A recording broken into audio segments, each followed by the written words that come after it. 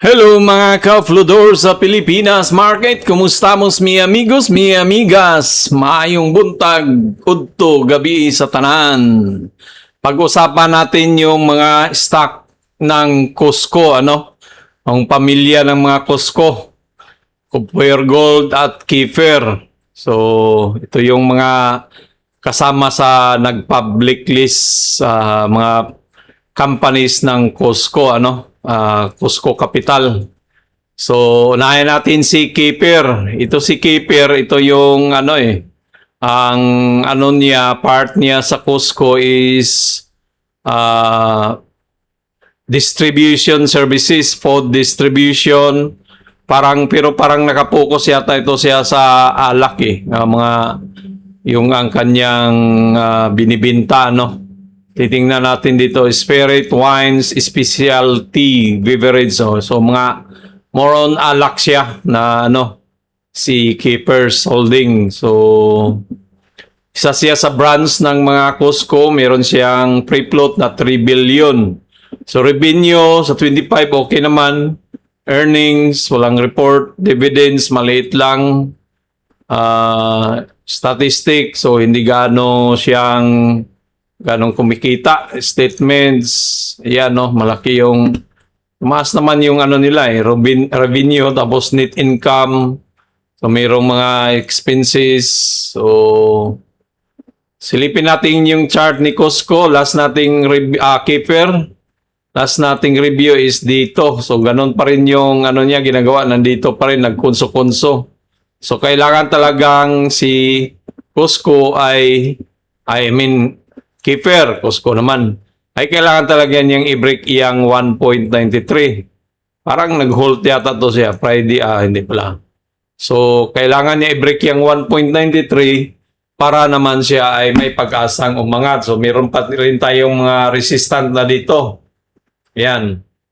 So ito naman siya, resistant na yan. So yung mga dating support, kung nasa taas yung presyo, yun siyang resistant, di ba? Kung ito yung dito ang presyo, ito yung presyo niya ngayon, nandito Ang support niyan ay ito, siyang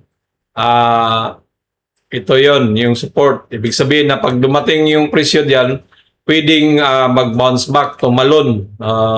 Diba, parang bula. Ganon. Dito, dito, ganyan. So, bumaba pa siya dyan, pwedeng bumalik yung presyo niyan. Tapos dito sa taas, 1.92, meron tayong resistant. Ibig sabihin na pag dumating presyo dyan, pwedeng bumaba ulit, bumagsak. Kasi may tumitigil niya sa kanya na para umangat, So, baka maganon. So, yun yung ibig sabihin ng support at resistant.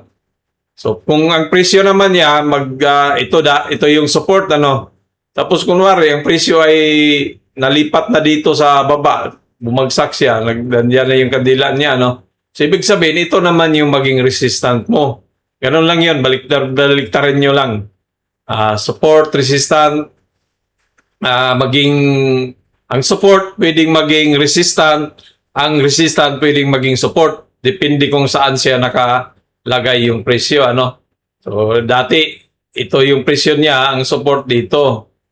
So, nung bumagsak niya, so naging resistant na siya, di ba? Ganon. Comment lang kung naintindihan mo o hindi.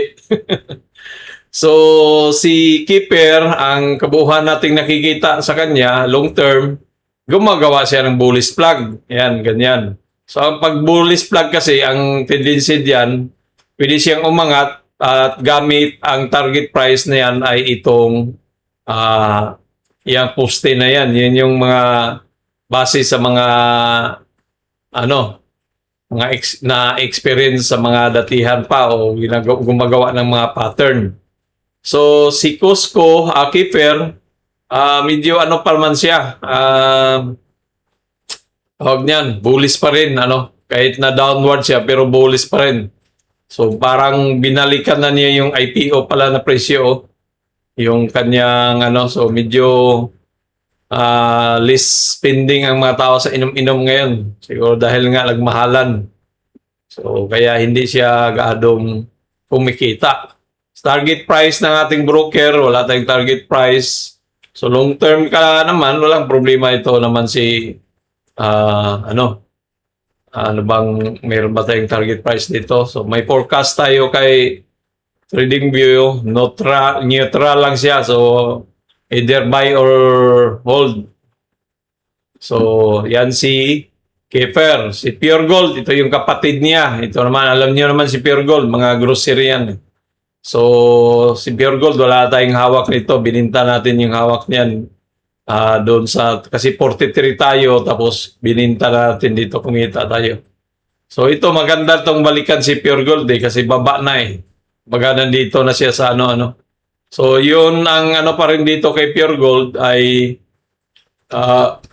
gumagawa din siya ng channel or bullish plug. So kanyang ginagawa. Yung channel naman is upward trend siya. So upward trend si Pure Gold. Ang nakikita natin dito na kailangan niyang iano talaga.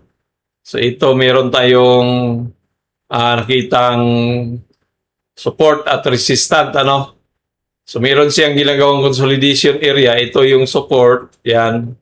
At ito naman yung resistant na kailangan talaga niyang i-break. Kung gusto niyo kung aakyat siya, kailangan niya i-break itong 43. At kung pababa naman siya, kailangan niyang mag-hold dito sa 40.35 para bumalik ang presyo. So pwedeng gumanon yan si Pure Gold, bumaba diyan. At pwedeng mag-bounce back dahil nitong support naman, So, at pwede rin mag-resist dyan, pull back, pabalik pababa dahil mayroong resistance. So, baka mag-kunso-kunso dyan bago siya hahataw doon sa taas, lilipad doon sa taas. So, hulis pa rin tayo. Nasa baba pa naman siya unless kung basagin niya tong 40.35 at itong plug line natin, itong puti, isa ito. So, meron tayong mga sell order block dito na pwedeng i-trigger ng mga well investor. Yung mga, pag sinabi natin well investor, mga foreigners yan. Kasi sila naman yung mga may malaking pira So, dito, long term kay Pure Gold, medyo bala ko siyang pasukin pero kailangan ko muna siyang magkaroon siya dito ng kandila dito sa taas. Break muna yan dyan. Anong nangyari sa kandila natin? So, kailangan magkaroon ng kandila dyan. Yan, ganyan. Tapos, sundan pa ng isa na dito na lumabas na. Ganyan. So, dapat magkaroon ng ganong kandila para masabi natin na bullish na yan si Costco na pwede nang umangat sa taas. Diba? So, pwedeng gumanon yan si Costco din, positive side. Ganyan, ganyan. Dahil mga ganon. So, pwedeng magganon. So, kailangan maganda pag may makita tayong kandila na ma-break itong 43.05 kay Pure Gold. So, may parating na dividends ngayong September. So, maganda magbudiga-budiga, dalawang buwan na lang. So, budiga ka dito, tapos pag umangat yan, ay ikita ka ng almost 23%, tapos meron pang dividends yung matanggap mo. So, yun yung magaganda sa mga may dividends na stock. Kasi habang nasa baba pa, habang nag-iipon ka pa, may natatanggap ka ng pira. So, target price ng ating mga broker, 51, 50, 59. So, medyo mataas-taas. So, dito malapit sa ating mga bullish plug trend line. So, ito naman si Pure Gold dahil consumables, mga pagkain, mga diyan, yung kanyang binibinta. So, maaaring umangat, kumikita. So, yung mother nila na company, si Costco. So, Costco, last nating review kay Costco dito, sabi natin pwede magpunso ganon. So, try natin yan. Ang ginawa niya, itong isa, makyat, gano'n ang natin, paakyat. So, umakyat talaga siya, So, try natin para ilipat natin yung panibago nating nito kay Pure Gold. So, sa nakita ko kay Pure Gold, ito na yata yung Costco, Pure Gold naman. So Costco, hindi pa pala, meron pala tayo dito sa taas. So malapit na tayong dito sa 18 na bumalik. So si Costco, target price ng ating mga bro at Nicole, hindi natin nakuha kay Video Metro 13. So 13, tapos kay TradingView, meron tayong target price na, meron ba? So 1470 forecast niya. So yun yung forecast niya, 1470. So na-break out na niya tong yung bullish flag natin. So may pag-asa na itong bullish flag pwedeng umataw doon sa taas. Yung dadalhin na sa taas yung target price, itong poste, kasi ito yung basihan natin eh. Yung poste na yan, yun yung maging target price natin kay Costco. Parehas lang din yung sa pwedeng diyan. At kung gusto mo naman na 9.5, 10, kung gusto mo pa ng malaki, pwedeng dito din yung ilagay mo yung, so malapit ka dito sa mga target price nila, so, base dito sa bullish flag.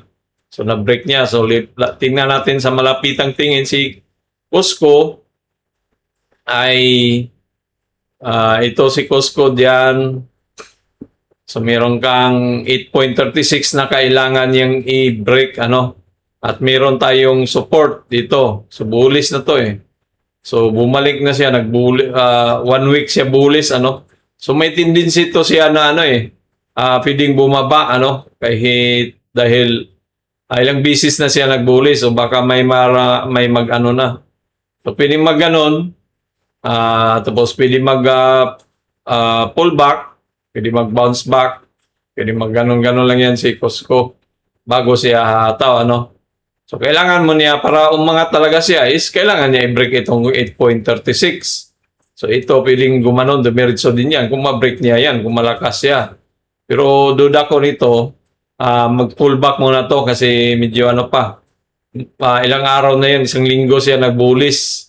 So baka may mag-take profit na rin yan kasi tingnan mo naman yan 8.86. So tingnan natin yung meron bang nagbili ng mga foreigners.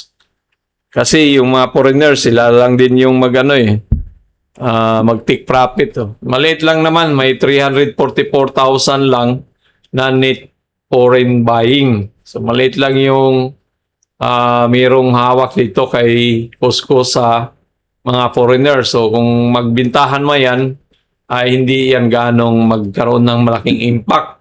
Kasi maliit lang eh.